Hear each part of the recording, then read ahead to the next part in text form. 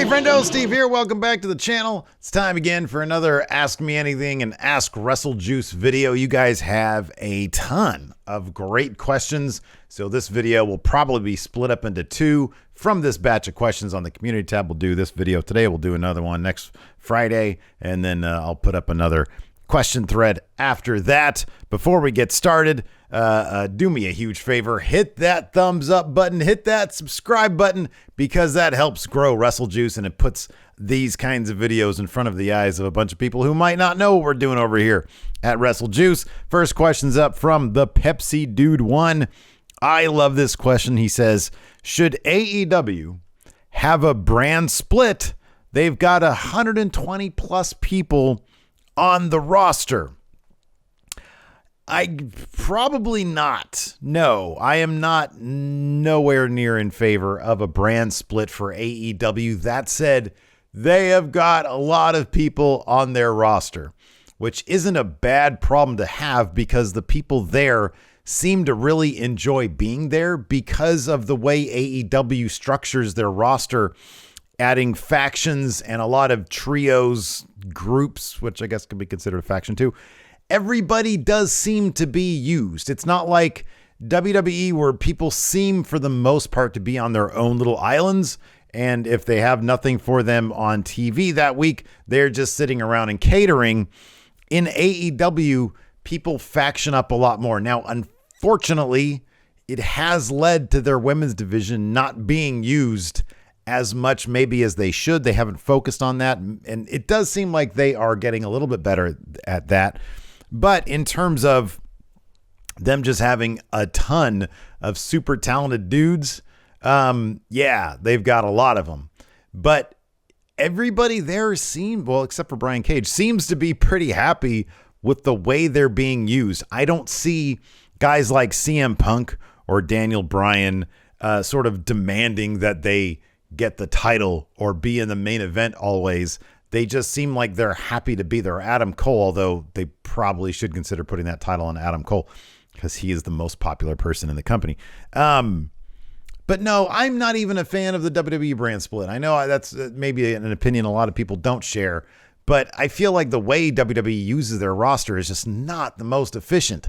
AEW is this living, breathing thing that's always crossing into each other, and more people are brought in and they just use everybody, and everybody seems kind of happy. The one guy that I always look at when it comes to AEW is Shawn Spears and how he was used in WWE versus how he's used in AEW. He's not always featured. He's not always on TV. He wasn't always featured. He wasn't always on TV in WWE, but in WWE, he just seemed like he was this lonely guy who got called up to the main roster because he had the 10 thing. And then they just didn't use him, or they would bring him out to do job matches. Whereas in AEW, at least, he's part of a faction. He's got his own nickname.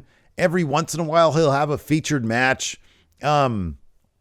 He's just used. He seems like he's valued more in AEW than he was in WWE. It seems like it's a lot easier to get lost in the system in WWE than it is in AEW.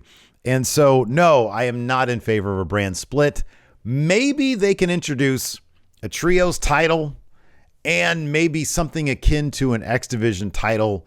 I know that's sort of the TNT championship, but something that really emphasizes sort of innovation in wrestling as opposed to being what the TNT title is, which is kind of like a mid-level belt. I know they don't want to consider it that, but I mean, it's basically the Intercontinental Championship for AEW. So no on the brand split. They do have a massive number of people there. It's kind of the same problem that WWE had back in like 1998 when all of a sudden, because of the popularity of guys like Stone Cold, The Rock, Triple H, Mankind, Undertaker, they had like a ton of people who could be considered main event players. And they would play a hot potato with the title a little bit more back then. And so maybe after this long run from Kenny Omega, maybe we'll see stuff like the AEW title change hands a little bit more frequently, as long as it made sense for the story. But good question. And AEW seems to keep on adding people to their roster whenever they find somebody who can make money, or if they're on the independent ranks. I don't know. Maybe 5 years, it'll be a different story. I'm a much bigger fan of one title, so you have one person who is the guy in the company at any given time. I like that more than, well, one company, but you got one guy who's the guy and you got another guy who's the guy and you got two, not a huge fan of that. Next up, Air Cool says, I was always curious if you still kept in touch with any of the Machinima people and if you ever thought of collabing with any that are wrestling fans. Been a fan of you and Larson from the 10 for the Win days. Well, thank you very much. We sort of loosely keep in touch with Machinima people, like, standard sort of content. We'll talk on Twitter to some of the people.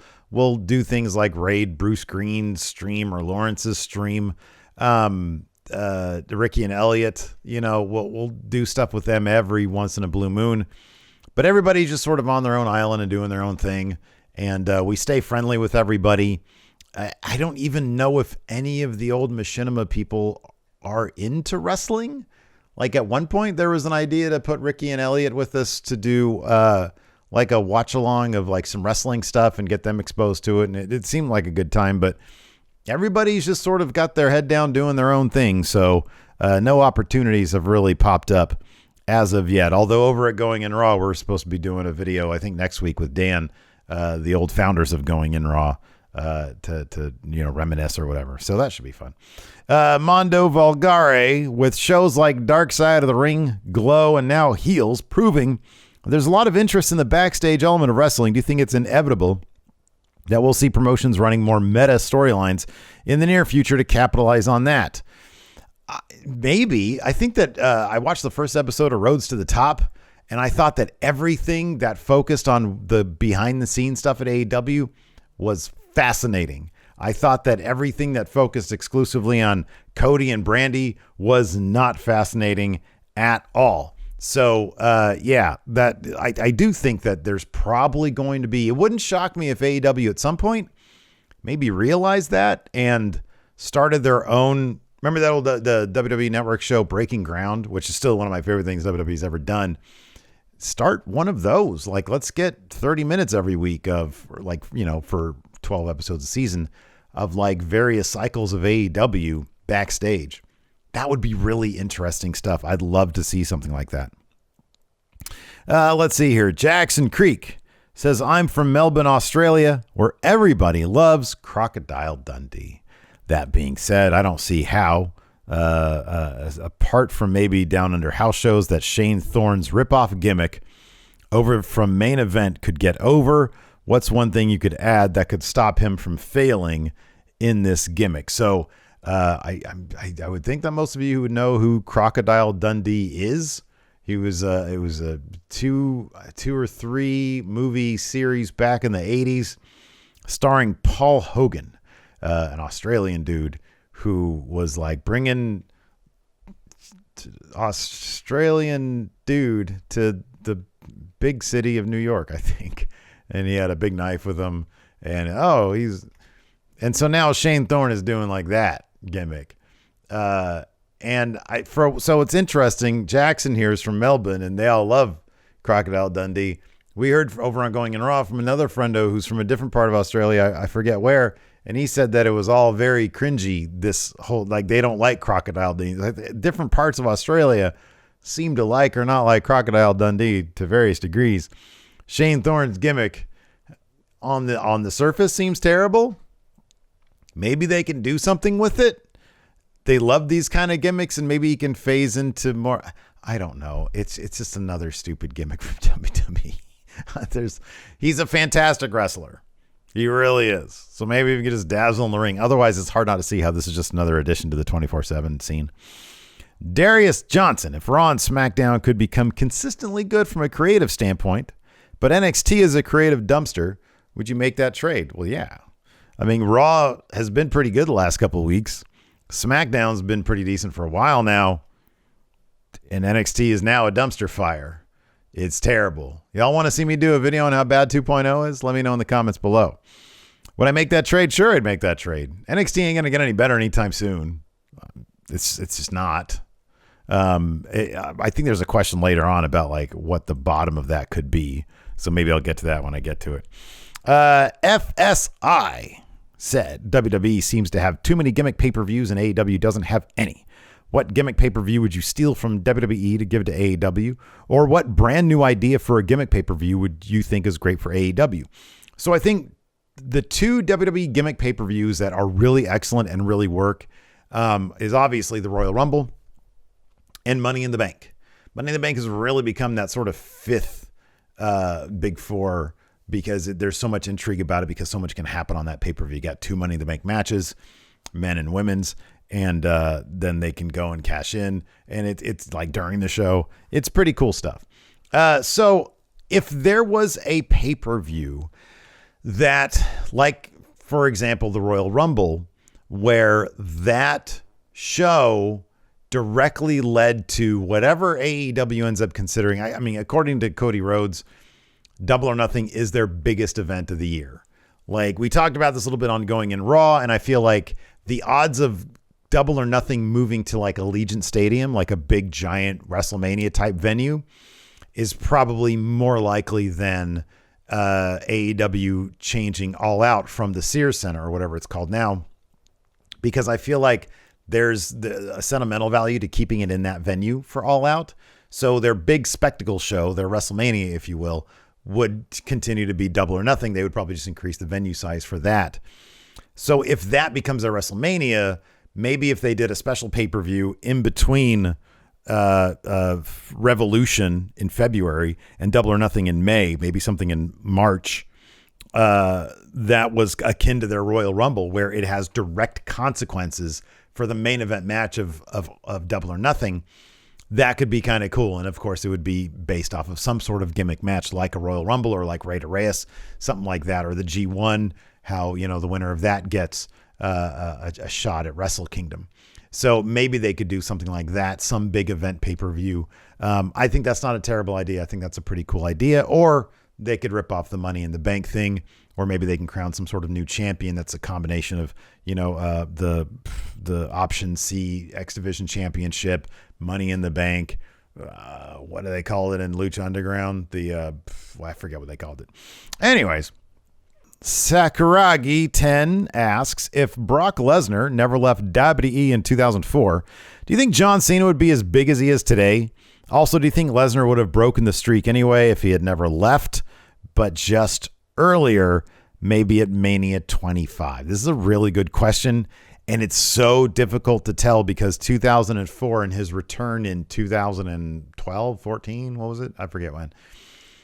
It's such a long time to be away that it's hard to tell what would have happened. I mean, clearly, John Cena probably would have had to have made a little bit more room for more Brock Lesnar. Same with, like, I don't know, Batista, maybe. Maybe Lesnar would have been in Batista's role. I don't know. It's too difficult a question to answer. But clearly, the time away and legitimizing himself in the UFC added to Brock Lesnar's return, the impact of his return. So maybe the streak never would have even been broken because they wouldn't have had the guy who went to the UFC and won the heavyweight championship there with relative ease and then came back to WWE as this massive attraction. And maybe that's why Vince saw him as the guy to break the streak. If he had just stayed around, he might have been on the level of a John Cena who didn't break the streak. Batista didn't break the streak, and Randy Orton didn't break the streak. So maybe Lesnar going away would have actually helped him in the WWE. That's what I sort of think, because he went away and made himself a bigger star. So yeah, I think it's kind of the opposite of that. The streak might not have been broken, or maybe Braun Breaker would break it. Let's see here. Mike Idone. Before the change to NXT, everyone said that call-ups were no more, making NXT equal to the main roster now. Now, with the way things are, do you think we're back to having call-ups, meaning perhaps talent that want to move on? So before the change, NXT to change, everyone said that call-ups were no more. I think it's too early to tell with NXT. I don't know if it's going to be on the air a year from now. Its ratings tumbled big time this week. And if it continues to take those same kinds of tumbles, I don't know what the floor is for NXT 2.0. I really don't. So it's kind of early to tell how they're going to approach this. I would assume that the call-ups are still going to be really sort of soft. Well, I don't know. If Vince McMahon, now that I think about it, if Vince McMahon is really into these new names that he's building up, call-ups might be a much bigger deal. It might be like Brock Lesnar's debut back in 2002, which was a big, big deal. Batista's was a slightly big deal. They made a big deal out of John Cena's. So I think, I don't know. Maybe call-ups are going to go back to being sort of a big deal. That's a possibility. Anyways, I'm going to answer more of these questions for you guys next week. Thanks so much for tuning in. I appreciate it. Like I said at the beginning of the video, do me a huge favor. Can you give this video a thumbs up and hit that subscribe button? Let me know what you guys thought about all these answers in the comments below. Check out the merch at WrestleJuice.com. Thanks for watching. Check out one of these other videos. And until next time, I'll talk to you guys later.